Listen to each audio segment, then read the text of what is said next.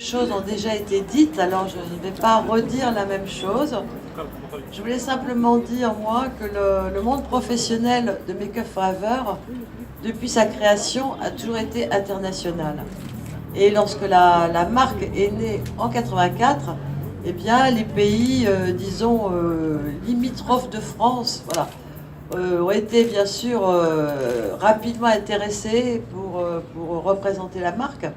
Et puis aussi, comme je suis éducatrice, j'ai ouvert des écoles, je suis très branchée, comme on dit chez nous, dans le monde de l'éducation. J'ai toujours eu autour de moi également beaucoup d'élèves venant d'Afrique du Nord. Et moi-même, je suis venue très souvent en Afrique du Nord, que ce soit en Tunisie, au Maroc, en Algérie un peu moins, parce qu'il y a eu d'autres soucis. Mais enfin, je me sens très proche de ces zones, de ces pays, de la culture. Je suis moi-même pas tout à fait française d'ailleurs, donc j'ai une culture un peu méditerranéenne, donc obligatoirement ça crée des liens. Et j'ai tout de suite vu, et aussi grâce à des gens comme Faten, parce que Faten je la connais depuis longtemps finalement, bien avant que je sache qu'elle allait ouvrir des boutiques Make Up Forever.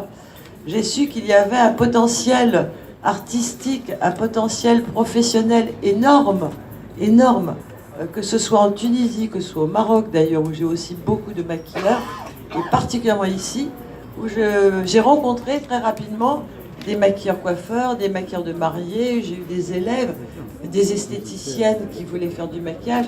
J'ai aussi vu que le maquillage, ça bougeait, il y avait vraiment un intérêt énorme dans cette rubrique. Et puis après, ma rencontre avec Faten, c'est sûr, voilà, qui a fait la liaison très professionnelle, ce qui veut dire que Faten est venue régulièrement à Paris. Elle est très modeste, moi aussi d'ailleurs, hein, nous sommes tous les deux des femmes humbles et modestes, mais elle est venue très souvent à Paris pour apprendre, pour suivre des cours petit à petit, pour apprendre des choses nouvelles, pour se mettre vraiment au goût du jour, ne pas rester que dans la culture tunisienne, les mariages.